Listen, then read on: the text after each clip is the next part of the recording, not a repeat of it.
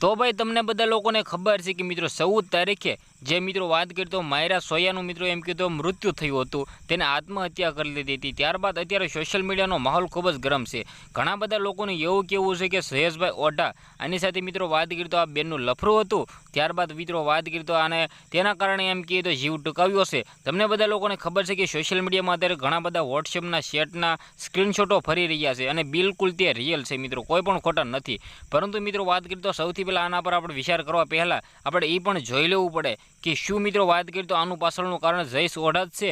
मित्रों सजा मळवानी छे 110% छे, परंतु मित्रों सौथी पहेला तो तेना पर खुलासो करवामां आवे। शुं मित्रों बात करीए तो जयेश ओढाए ज मित्रों आ कर्युं छे।